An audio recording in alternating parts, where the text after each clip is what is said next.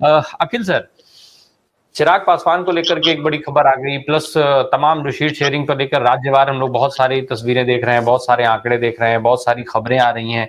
क्या माना जाए, चूंकि इंडिया गठबंधन में भी शीट शेयरिंग को लेकर बात हो रही है और एनडीए में भी, क्या माना जाए कि ये जो दोनों गठबंधन है जिन पर चर्चा लग रही है, क्या लगता है कि कौन कितना सहमत और सफल होता दिखाई दे रहा है गठबंधन फिलहाल शीट शेयरिंग के मामले में?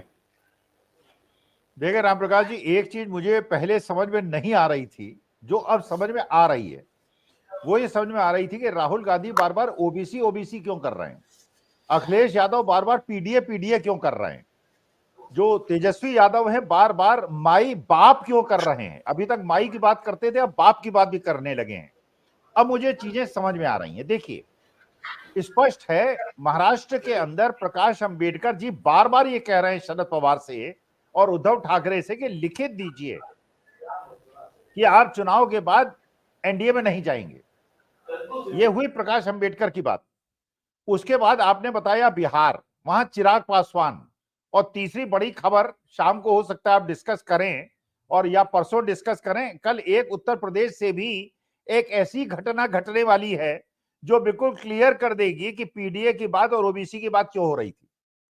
देखिए, let us be very Frank, calculation के हिसाब से 20% वोट बीजेपी का बिल्कुल एक मुश्त है, उसको कोई हिला नहीं सकता।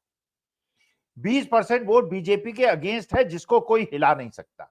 अब असली मुद्दा जो है वो है उस वोट का जो करीब 26-27% है, 17-18 प्लस 7-8, ये वोट बैंक प्रकाश अंबेडकर जी के स्टेटमेंट, चिराग पासवान को जिस प्रकार अगर 10 सीटें ऑफर की गई हैं तो मैं कोई कारण नहीं समझता कि चिराग पासवान इसको मना कर देंगे। वो मौसम वैज्ञानिक के बेटे हैं और अपने पिता के सानिध्य में रहे हैं, तो उनको पता है हवा किधर बह रही है। और उत्तर प्रदेश की एक घटना, देखिए मैं एक अपना व्यक्तिगत थोड़ा सा अनुभव बता दूं। मैं पार्क में जाता हूं, हम लोग करीब 12-14 वहां लोग बैठते हैं, अकेला मैं डिस्कस करता था इंडिया की बात, बाकी सब एनडीए की बात करते थे। आज अचानक मैंने एक परिवर्तन देखा है, अचानक देखा है। उन 11 लोगों में से 6-7 लोग बिल्कुल खुल के सामने आ गए। उन्होंने कहा उद्योग धंधे चौपट हैं, हमारी दुकानें नहीं चल रही हैं और इन लोगों ने लूट बचा रखी है, जो मैं बिल्कुल इसकी अपेक्षा नहीं कर रहा था। तो मुझे लगा कि जनता के बीच में रोष बहुत है। स्टेट बैंक ऑफ इंडिया के सीएमडी एक्सटेंशन पे हैं, एक एमडी साहब एक्सटेंशन पे हैं, दूसरे एमडी साहब एक्सटेंशन पे हैं, और तीसरी होल टाइम डायरेक्टर बीजेपी की 2012 की काउंसलर हैं, बीजेपी की है, और board of director state bank of India में है। स्टेट बैंक ऑफ इंडिया जिस प्रकार कर रहा है, चुनाव आयोग एडवाइजरी दे रहा है राहुल गांधी को, इसका माने हाथ पैर फूल रहे हैं। और अभी आप देखते जाइए, इतने हाथ पैर फूल जाएंगे। मैं तो निवेदन करूंगा सुप्रीम कोर्ट से, चंद्रचूड़ साहब से, चुनाव आयोग के तीनों आयुक्तों का, स्टेट बैंक ऑफ इंडिया के चेयरमैन और एमडी का, सारे बोर्ड ऑफ डायरेक्टर्स का, एलआईसी के चेयरमैन का, और जितने ये संवैधानिक पद पे बैठे हुए लोग हैं जो अपने संवैधानिक कर्तव्यों का निर्वहन नहीं कर रहे, इनके पासपोर्ट अपने पास रखवा लें। इलेक्शन के बाद इन लोगों का सबका इंपीचमेंट होना चाहिए, जो इनके हमारे जो हमने इन पे फेथ लगाया था और रखा था, और हमारे पैसे से ये लोग खेल रहे हैं। हमारा तो 10 साल पहले का 100 रुपए का अकाउंट ये निकाल के स्टेट बैंक ऑफ इंडिया दे सकता है, और 22,000 अकाउंट्स को निकालने में इन्होंने 6 हफ्ते का टाइम पहले ही ले लिया, 3 हफ्ते का टाइम, और फिर ये 6 हफ्ते का टाइम मांग रहे हैं। इसका माने ये लोग दोषी लोग हैं, ये देश के लोकतंत्र और संविधान की हत्या कर रहे हैं, and they should be prosecuted. Akhil sir, चूंकि आपका अगला शो भी है, इसलिए मैं 2-3 चीजें एक साथ पूछ लूं आपसे समझने के लिए। एक तो जो अभी बात हो रही है उत्तर प्रदेश के लिहाज से, अगर हम देखें 4 नए मंत्री बनाए गए, जाति समीकरण साधने की बात वहां पर सामने आई, लेकिन फिर खबर ये आने लग गई कि अनुप्रिया पटेल नाराज हो गई है इन सब चीजों से। अब ये भी खबर है कि उनकी सीटों की जो डिमांड है वो बढ़ सकती है। तो एक तो इस पर क्या कुछ असर इसका होगा। दूसरा सर, ये जो अभी एक बात फिरोज कह रहे थे व्यवसाय को लेकर के, पहले ये देखा जाता था, क्योंकि आप अर्थशास्त्र का बहुत ठीक से आप उन चीजों को हम लोग को भी समझा सकते हैं। पहले ये देखा जाता था कि चाहे वो सप्लाई का सिस्टम हो, चाहे वो ठेकेदारी का सिस्टम हो, हर जिले लेवल पर या उससे भी निचले स्तर तक में भी तमाम व्यवसायियों को एडजस्ट करने की एक चीज होती थी, उनकी कैटेगरी होती थी कि हाँ भाई फला काम आया तो फला तरीके के व्यवसायी को, और ये सारी चीजें। लेकिन अब छोटे से छोटा और बड़े से बड़ा सारे काम जो है उठा करके वो एक बड़ी कंपनी को दे दिया जाता है किसी दूसरी बड़ी कंपनी को, किसी तीसरी बड़ी कंपनी को।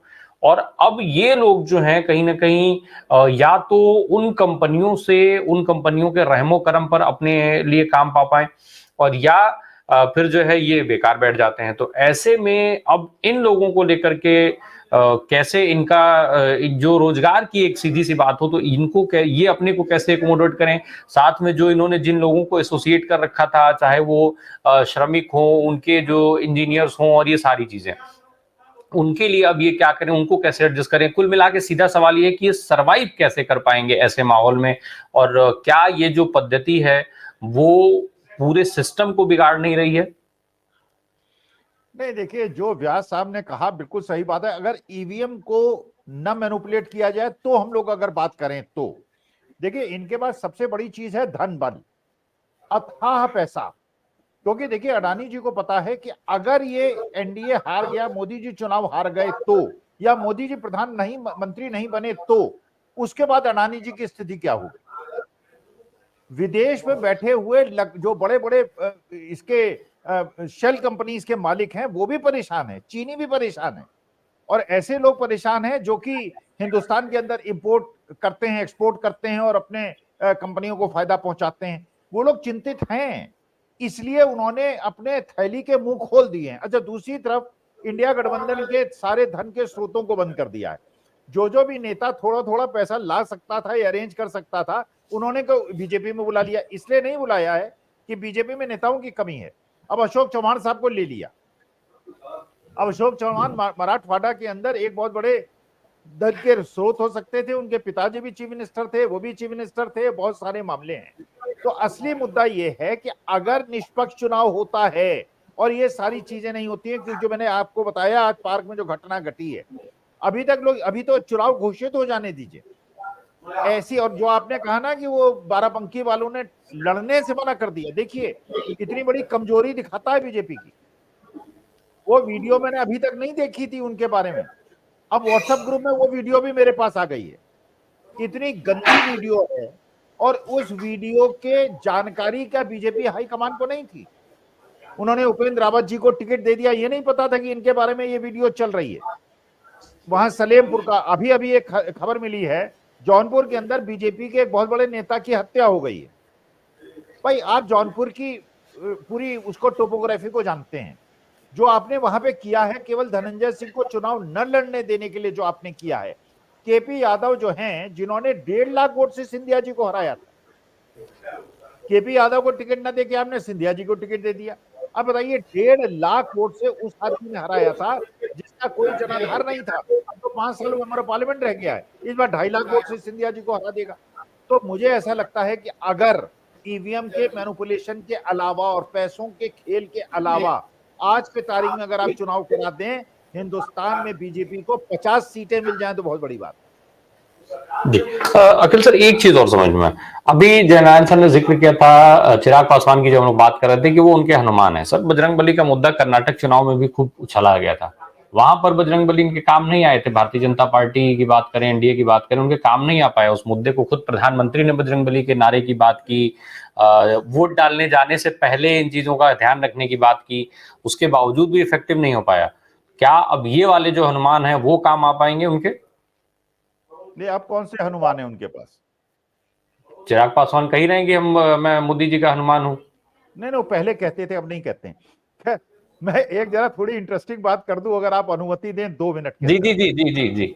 उत्तराखंड के अंदर यूनिफॉर्म सिविल कोड आया है। यूनिफॉर्म सिविल कोड का एक क्लॉज है, लिव इन रिलेशनशिप जो है प्रोहिबिटेड है, आप शादी को रजिस्टर कराइए।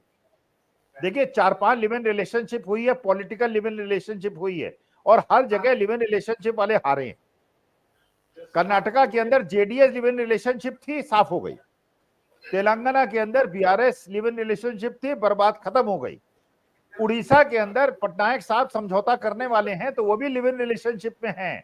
तो कल कहा अजय कुमार ने, जो वहां प्रेस कॉन्फ्रेंस की, और श्रीकांत जीना ने उस दिन कांग्रेस ज्वाइन की, जो बहुत पुराने 40-50 साल के नेता हैं, और उसके बाद कांग्रेस छोड़ दी थी, वापस आ गए, गिरधर उमंग आ गए। तो अजय कुमार ने कहा कि जिस स्टेट में लिव इन रिलेशनशिप है ना, शादियों को या तो रजिस्टर करा लो, वरना साफ हो जाओगे। इस बार उड़ीसा में भी आपको ऐसे असम के अंदर Badruddin Ajmal live in relationship में है हेमंत बिस्वा शर्मा ने, जो राहुल गांधी ने बता दिया। तो हनुमान जी ने, देखिए केवल आपने बड़ा कम शब्दों का उपयोग किया, हनुमान जी ने गदा इनके सिर पे पटक दी है कर्नाटका के अंदर। देखिए हनुमान जी ऐसे नहीं छोड़ते हैं हनुमान जी जो है वो पवन पुत्र हैं, वो जिसको मारते हैं ना तो उसको बिल्कुल अच्छी तरह से धराशायी कर देते हैं। अभी हनुमान जी ने ठीक किया है, और जब हनुमान जी नाराज हैं तो भगवान श्री राम कैसे माफ करेंगे। अयोध्या के अंदर इन्होंने मैया सीता को और हनुमान जी को इग्नोर किया है। अब बताइए, सारे यहाँ शादीशुदा लोग बैठे होंगे, अगर पत्नी को इग्नोर करोगे तो पति कैसे खुश होगा, तो राम कैसे खुश हो सकते हैं।